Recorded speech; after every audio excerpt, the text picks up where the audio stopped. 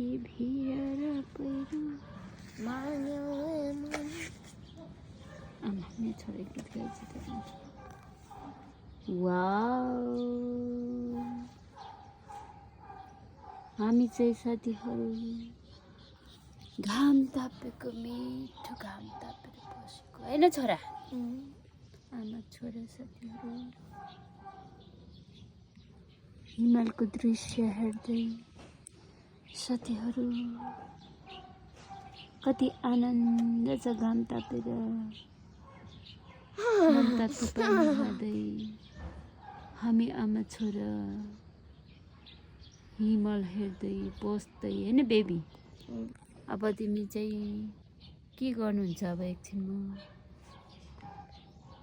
पढ्नुहुन्छ कि नै पढ्छु भन न बेबी सोध्दै गाँठी